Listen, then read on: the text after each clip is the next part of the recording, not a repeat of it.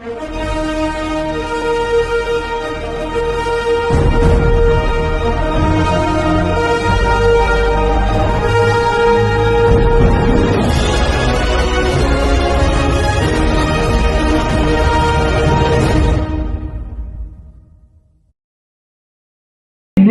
के सोर्स है, किसके? आपकी आजीविका के सोर्स, जो कानूनी तौर पर शायद अभी तक संवैधानिक तौर पर नहीं है। इसको संविधान में होना चाहिए, सरकार को भी इसको लाना चाहिए। कमर्शियल क्यों? सर ने सही कहा था कि नहीं यहाँ पे कि इससे केवल ट्रांसपोर्टर नहीं जुड़े हैं कि भाई आपके पास आपके ड्राइवर्स भी हैं, वो लेबर्स भी हैं जो उसमें माल लोड करती हैं, इकोनॉमी भी इफेक्ट, वो एक अलग चीज है सारी। लेकिन ड्राइवर्स और उसके क्लीनर्स और लेबर सब चीज इसमें जो है। देखिए मेरी शायद आपको बात थोड़ा सा ना आए, लेकिन यह विषय थोड़ा सा समझना, जहां किसी को कोई डाउट लगे पूछ लेगा, है ना। और समय का अभाव है, मैं बहुत जल्दी इसको कंप्लीट करता हूं। नॉन डेस्टिनेड व्हीकल में सन 2015 में दोबारा से फैसला हुआ।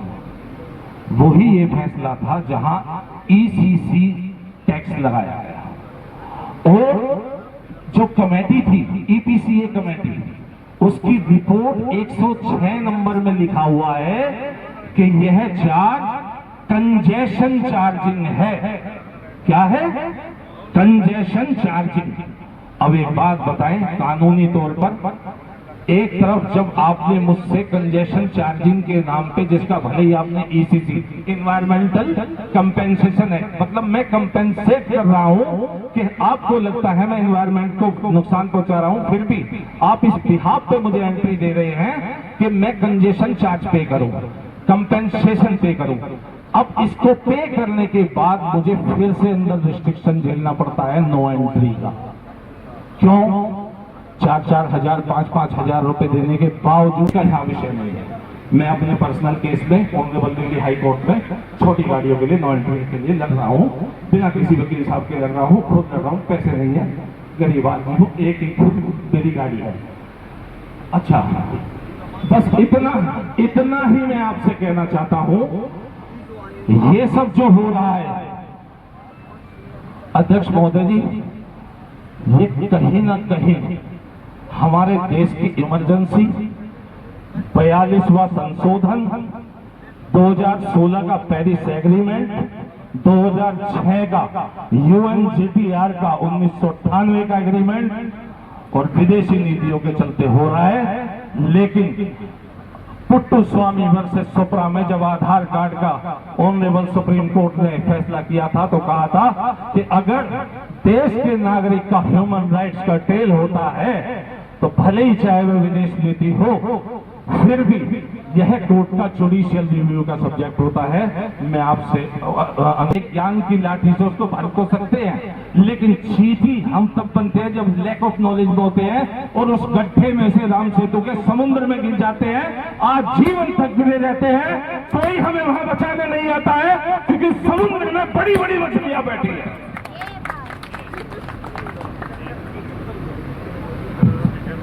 अपनी बात रखी इनका। हेलो। और मैं अजय मैनी जी से बोलूंगा, मेहरबान जी का मान सम्मान करेंगे।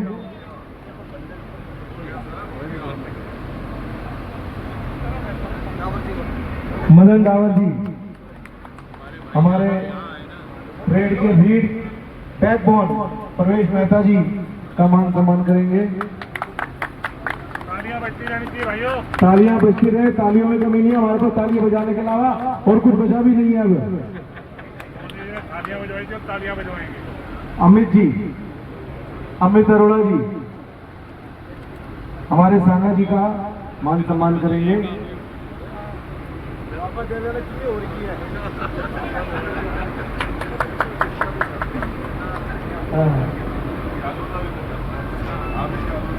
थैंक यू जी, थैंक यू। और अपना हमारे जैन साहब प्रदीप जी का मान सम्मान करेंगे।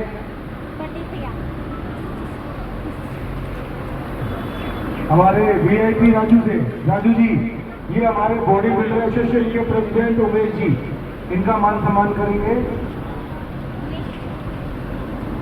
हमारे मीडिया संभाल रहे हैं अनिल जी। अनिल जी मीडिया जो संभाले हैं मान सम्मान करेंगे। भाटी जी का एटा के प्रेसिडेंट है, उनको मैं बुलाना चाहूंगा एक बार। एटा के प्रेसिडेंट अनिल जी है क्या यहाँ पे? और ये बजरंग जी का मान सम्मान करेंगे अनिल जी।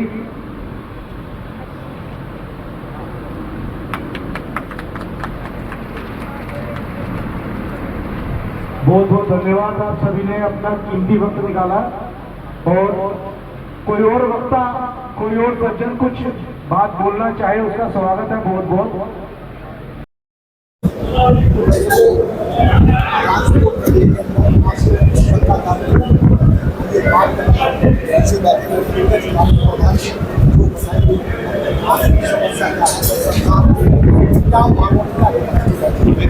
बहुत बहुत स्वागत है हमारे चैनल के अंदर।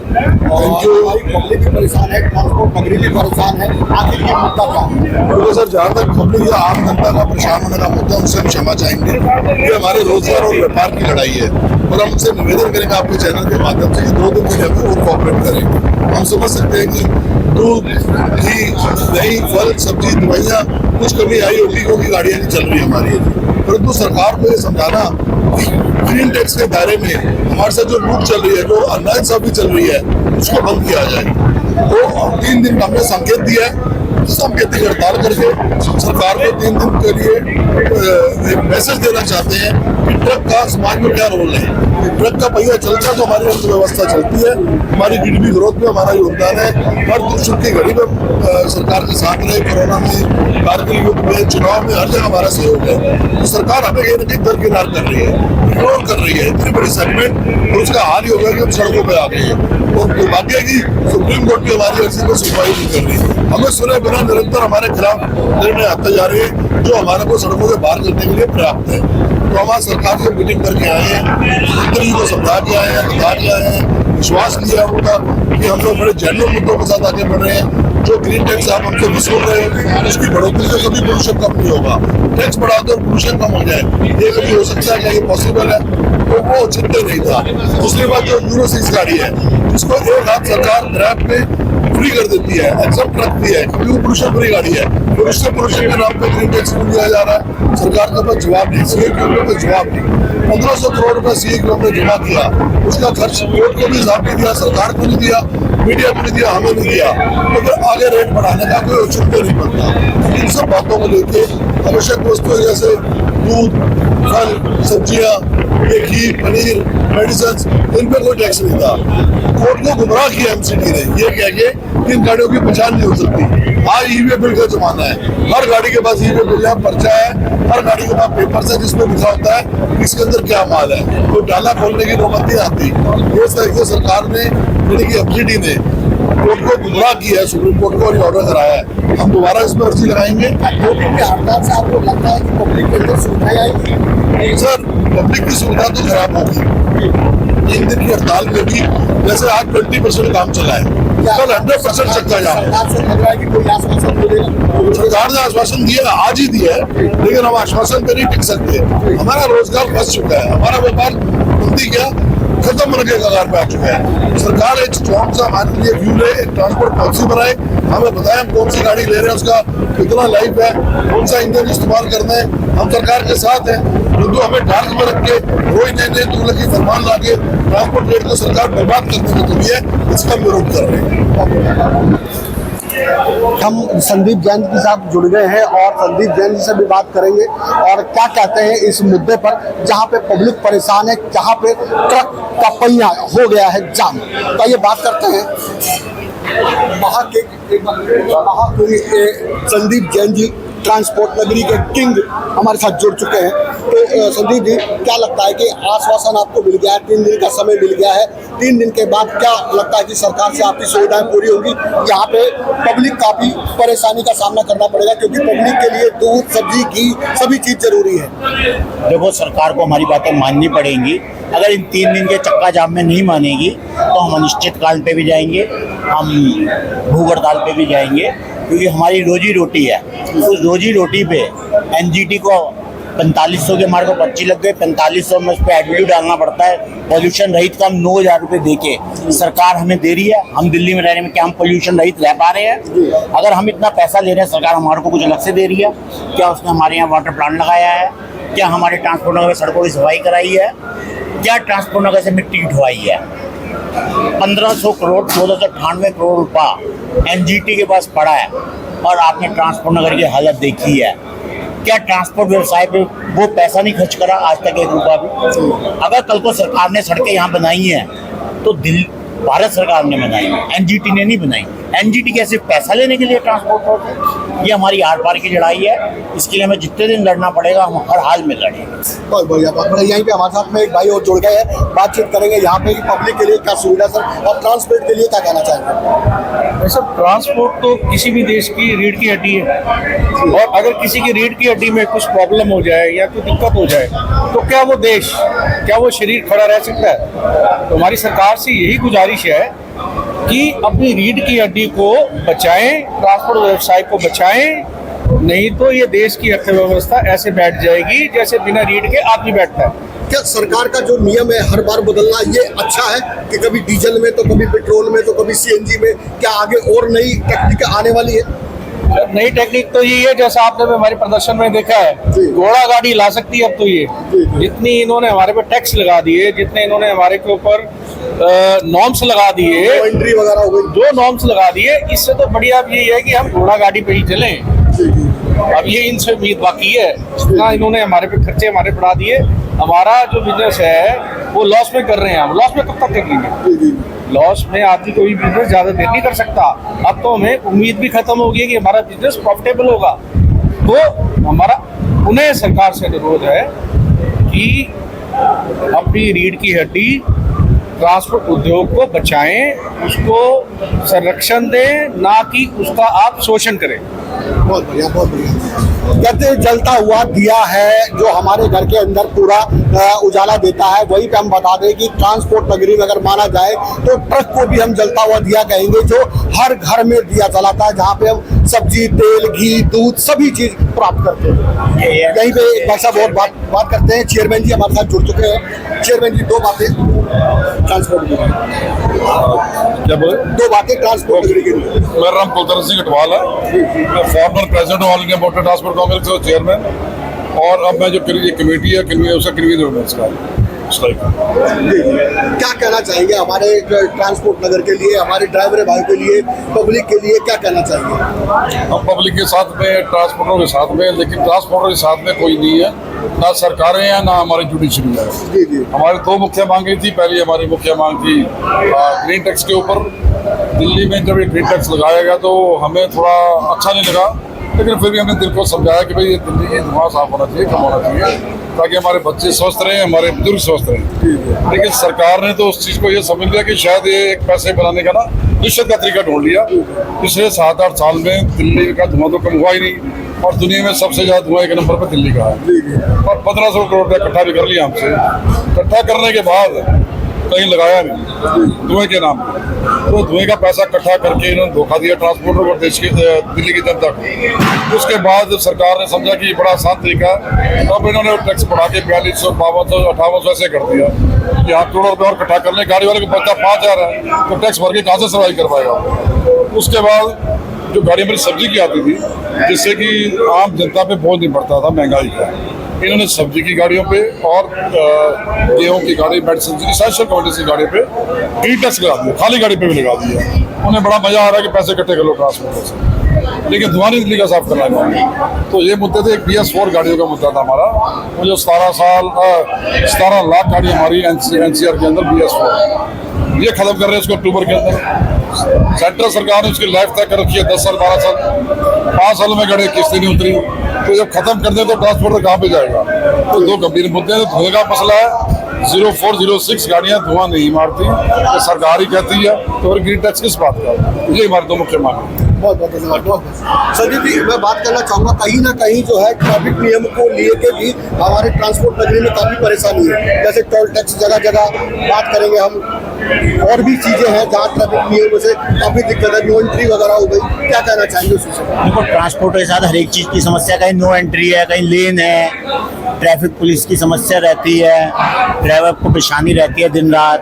ये छोटी छोटी टोल है, आज ऑल इंडिया 7 रुपये किलोमीटर का टोल है जो कि हम पे कर रहे हैं, मतलब 7 रुपये किलोमीटर का टोल देने के बाद और उसके बाद हमें एनजीटी का पैसा देना, तो सारी मारें हमें ही पड़ रही हैं। ट्रांसपोर्टर कब तक झेलेगा इन कहीं ना कहीं दिक्कत हो रही है। मैं यहाँ पे पब्लिक से क्या देना चाहता हूँ कि ज्यादा अगर निराशा हो रही है तो निराशा होने की जरूरत नहीं है। यहाँ संदीप जैन जी का वादा है कि आज सरकार से वादा हुआ है 2 दिन के अंदर पूरा करने का वादा है। जहाँ चक्का जाम हुआ है वहाँ ट्रक चालू भी होंगे, आपके घर में सब्जी भी पहुंचेगी, दाल भी पहुंचेगा, तेल भी पहुंचेगा। संदीप जी क्या कहना चाहेंगे पब्लिक के लिए? देखो, हम पब्लिक के साथ हैं, हम पब्लिक को कोई नुकसान नहीं पहुंचाना चाहते, लेकिन सरकार की नीतियों के कारण हमने अपना धंधा बंद किया। हमने ये नहीं बोला कि किसी की सब्जी बंद हो, फल बंद हो, हमने अपने ट्रकों का चक्का जाम बोला, हमने हड़ताल नहीं बोली, हमने बोला हमने अपना धंधा छोड़ दिया, हमने चक्का जाम कर दिया, हम बुग्गी गाड़ी से चलेंगे।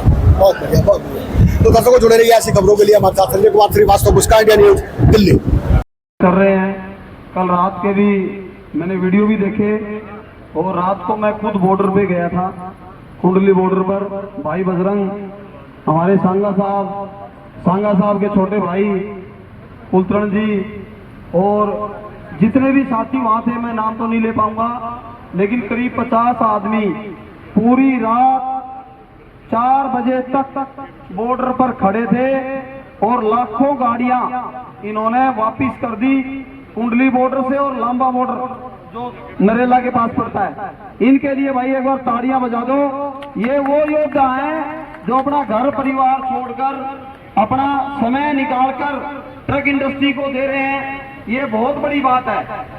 और मैं बाकी ज्यादा बात नहीं कहते हुए, क्योंकि काफी सभी साथी आए हुए हैं, हमारे बड़े बड़े सीनियर लोग हैं, उनको मौका मिलना चाहिए सभी भाइयों को। और ट्रक इंडस्ट्री जिंदाबाद, ट्रांसपोर्ट एकता जिंदाबाद। धन्यवाद। थोड़ा सा मान सम्मान की जो चल रही थी, उसमें हमारे पीएफआई के चेयरमैन तलवार जी और शिलेंद्र जी का स्वागत रह गया, जो कि मैं चाहूंगा कि हमारी टीम तलवार जी का स्वागत मान सम्मान करे। स्वागत वाला दिन नहीं है आज वैसे, और किसी भाई का भी अगर ऐसा रह गया तो उससे मैं क्षमा चाहूंगा, क्योंकि आगे वो समय नहीं है।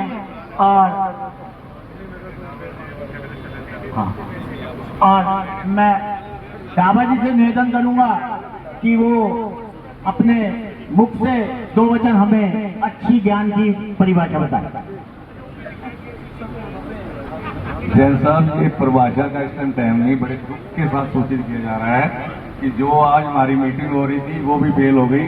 हम दिन पे दिन हम मरते जा रहे हैं, कोई सुनने वाला नहीं है। ये विषय है कि आप सब लोग इकट्ठे होकर एक दूसरे की सपोर्ट करें, तभी बच सकते हैं। इसमें इतना दुख है कि मैं कह नहीं सकता। ये तो ऐसे हो रहा है करो या मरो वाली, और हो सकता है, मैं तो कहता हूँ कई लोग इसमें आत्मदाह भी करने को तैयार है। गवर साहब, ये पहली बार ही नहीं हुआ, सरकार हमें चेक करती है। और मैं इस विषय में हमारे भाई अजय मैनी जी को वो कह रहे हैं थोड़ा सा समय लूंगा। दोस्तों, मैं सरकार की एक कमी बता रहा हूँ आपको। हमारे को यूरो 4 गाड़ी हम जो चला रहे हैं, 5 साल हमसे उनसे एनजीटी का टैक्स लिया, यूरो 3 से 7 साल टैक्स लिया, 7 साल यूरो 3 पे, 5 साल यूरो 4 पे, और उनको बैन कर दिया गया।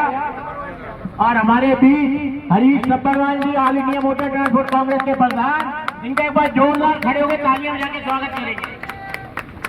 ये हमारे वॉरियर्स जिन्होंने हमारे ट्रेड के लिए पिछले 2 महीने से डॉक्टर हरीश सब्बरवाल ने और इनकी टीम ने, जिस टीम के अंदर हम सभी साथी हैं, डॉक्टर साहब का स्वागत है। डॉक्टर साहब, मोहन जी स्थान ग्रहण कीजिए।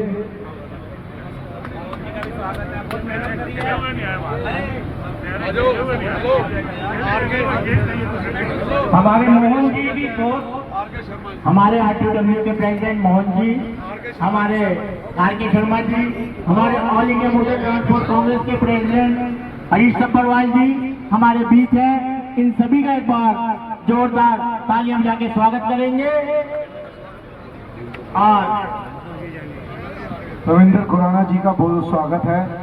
मैं निवेदन करूंगा मंच की शोभा बढ़ाएं। आज हमारे भाई रविंद्र खुराना जी प्लीज मंच की शोभा बढ़ाएं। आज का दिन हमारा उत्साह बनाने का नहीं है। क्यों नहीं है कि आज हम कुछ जीत के नहीं आए हैं, कुछ लेके नहीं आए हैं, बहुत कुछ खो के आए हैं। हम अपना आत्मसम्मान खो के आए हैं, अपनी उम्मीद खो के आए हैं। और जो हम इतने दिनों से मेहनत कर रहे थे, जिसकी हमें उम्मीद थी कि हमें सरकार कुछ ना कुछ तो देगी, कुछ ना कुछ तो देगी, हमें कुछ नहीं मिला सरकार से। इस बार तो आश्वासन भी नहीं मिला, सीधा सीधा सरकार ने हमें बाहर का रास्ता दिखा दिया। लेकिन मेरे को उम्मीद है अपने नेतृत्व पे, मेरे को उम्मीद है हमारे डॉक्टर साहब पे, जिन्होंने इतनी मेहनत करी है। उनकी मेहनत कामयाब होगी, थोड़ी मेहनत जरूर लगेगी। और उसके अंदर हमारे जितने मोटर मालिक हैं, ट्रांसपोर्टर भाई हैं, ड्राइवर भाई हैं, स्पेयर पार्ट वाले हैं, मिस्त्री हैं, जिनको ये पता कि BS4 गाड़ियां दिल्ली में आनी बंद हो जाएंगी। पर मैं उम्मीद कर रहा हूं कि डॉक्टर साहब के परिश्रम से हम सबको कुछ ना कुछ जरूर मिलेगा। तो मैं अभी हमारे बीच के अंदर मोहन जी आए हुए हैं ना, ठीक है मोहन जी, मैं आपसे रिक्वेस्ट करूंगा 2 मिनट आके संक्षेप में 2 बात बोले। बहुत धन्यवाद सालू भाई। और अब तो हमारा ये मीटिंग, ये बैठकें, इसकी दौर खत्म हो चुकी है। लेकिन भाई का जिद था कि ट्रांसपोर्ट नगर में बैठक करके और यहां से एक सिंबॉलिक हमने रैली निकालनी है। बहुत अच्छी बात है, ये जोश है, जज्बा है इस ट्रेड के लिए। और मैं बताना चाहता हूं कि जो साथी यहां पहली बार आए हो और जो साथी बार बार आए, जो बार बार साथी आए उनको पता ही है कि हम लोगों ने क्या किया इन दौरान 15-20 दिन के अंदर। और ये तैयारी हमारी आज की नहीं, कई महीने की है। जो आज पूरे दिल्ली NCR के साथी आज हम बैठे हैं ट्रांसपोर्ट नगर, लेकिन हालचाल ले रहे हैं हिसार के, बैठे हैं ट्रांसपोर्ट नगर, हालचाल ले रहे हैं दारोगा रिवारी के। आज हमारा कई साथी फोन आता है गाजियाबाद से, भाई साहब यहाँ बहुत अच्छा प्रोग्राम है, यहाँ पे बिल्कुल एक गाड़ी नहीं चल रही है। ये कहीं न कहीं हरीश सब्बरवाल जी का मेहनत, हरीश सब्बरवाल जी ने पूरे NCR को जैसे एक छतरी के नीचे लाए। मैं बस चाहता हूं कि एक बार इसे पूरे एसोसिएशन को इकट्ठा करने के लिए हरीश सब्बरवाल जी के लिए एक बार जोरदार ताली। साथियों ने कई दिन से, अब मुझे नहीं पता कि यहाँ पे कौन कौन बैठा कौन नहीं बैठा, लेकिन CID के भी लोग, विजिलेंस के भी लोग, कई साथी फोन आता है, भाई साहब आज कहाँ जा रहे हो, भाई साहब कहाँ जा रहे हो, आपका घर का एड्रेस क्या है, ऑफिस का एड्रेस क्या है। अरे भाई जब जीता जाता मिसाल रोड पे खड़ा है तो क्या करना ऑफिस का, क्या करना घर का, जो बात करनी है सामने बात कर लो, बात करने के तैयार खड़े हैं। ना तो हमें कोई लड़ाई प्रशासन से है, ना हमारी कोई लड़ाई सरकार से है। हमारी लड़ाई हमारे अपने ट्रेड के लिए, अपने हक के लिए हम सरकार से मांग कर रहे हैं। सरकार को हमारा मांग मानना चाहिए।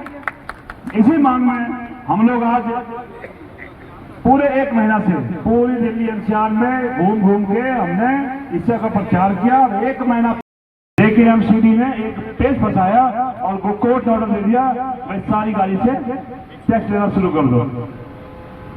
हम सब मिलके डॉक्टर हरीश सब्बरवाल जी को आश्वस्त किया है कि डॉक्टर साहब आप सुप्रीम कोर्ट में मूव करो। सुप्रीम कोर्ट ने जिस बात का संज्ञान लेते हुए MCD के बाद हक में फैसला दिया, आप हम लोग इस लड़ाई को लड़ेंगे और सुप्रीम कोर्ट से भी इस चीज को जीत के लाएंगे।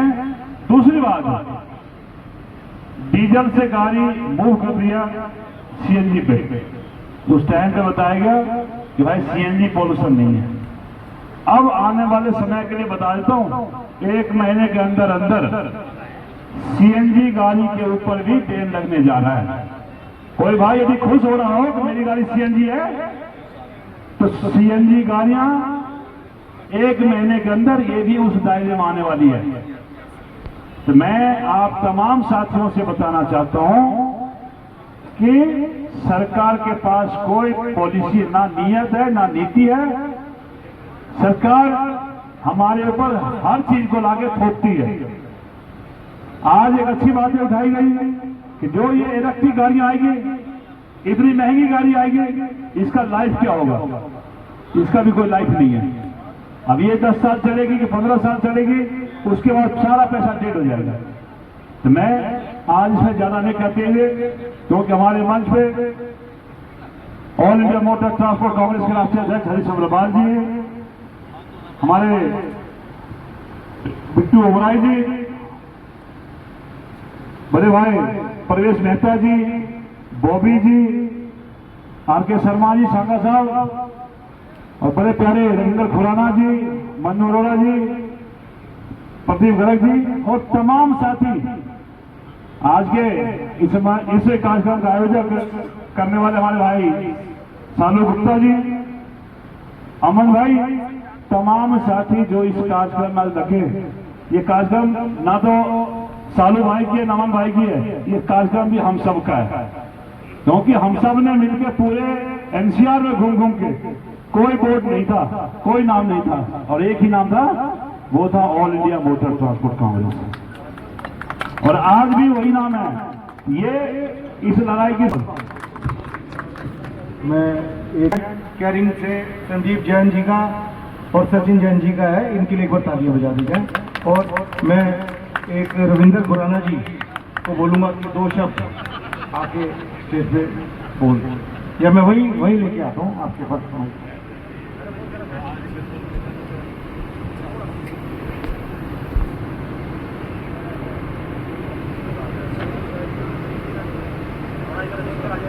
All India motor transport congress के अध्यक्ष हमारे भाई हरीश अग्रवाल जी, मोहन सिंह जी, मेरे साथ बैठे सांगा जी, आर.के. शर्मा जी, ओबराय साहब, परवेश मेहता जी, बॉबी जी, सचिन जी और चालू जी, मदन जी, बॉबी जी, और सामने बैठे मेरे सभी ट्रांसपोर्टर भाइयों, एक बड़ी सुंदर लाइनें हैं कि शीशे के ऊपर पारा चढ़ा दो। मोहन सिंह जी कहते भाई शीशे के ऊपर पारा चढ़ा दो तो वो आईना बन जाता है, और किसी को वही आईना, हरीश जी जरा मेरे 2 लाइनों पर सुनवाई कर देना। कहते भाई शीशे के ऊपर पारा चढ़ा दो तो वो आईना बन जाता है, शीशे के ऊपर पारा चढ़ा दो तो वो आईना बन जाता है, और वही आईना किसी को दिखा दो तो उसका पारा चढ़ जाता है। अब बात यह है कि हमारी जिम्मेवारी बन जाती है, हमारा फर्ज बन जाता है, हमारा धर्म बन जाता है कि सरकार को आईना तो दिखाना ही पड़ेगा, दिखाना ही है, चाहे पारा जितना मर्जी हाई हो जाए, पारा जितना मर्जी चढ़ जाए। और ये मुझे कहने में जरा सा भी गुरेज नहीं है कि हरीश अग्रवाल जी और उनके सारे टीम बड़े मजबूती से, बड़े जोश से, बिना किसी खौफ के वो आईना सरकार को दिखा रहे हैं। संजीव जैन जी करेंगे।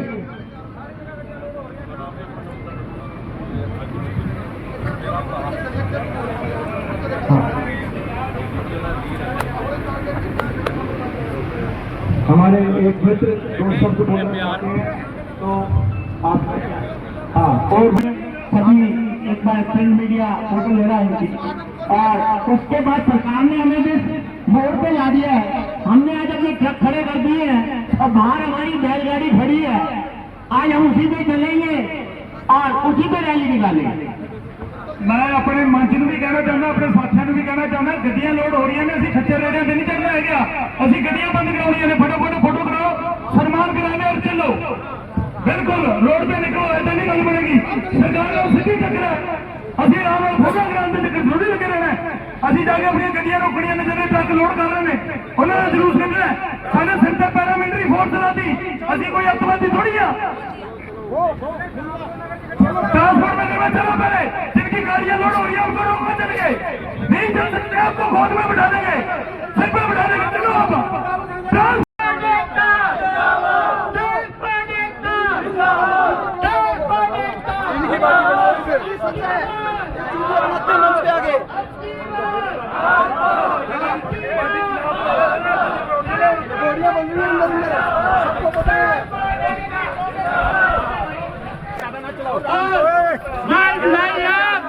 उनकी गाड़ी से होगी, क्योंकि दिल्ली सरकार ने तो तंदूर दोबारा से चालू कर दिए। पहले गैस खत्म हो गई, तंदूर चलाओ, तो डीजल खत्म हो गया तो बुकी गाड़ी चलानी है। ना डीजल ना पॉल्यूशन, सिर्फ सड़क पहली दिले। अरे आ जाओ, दुकान भी बंद कर लो।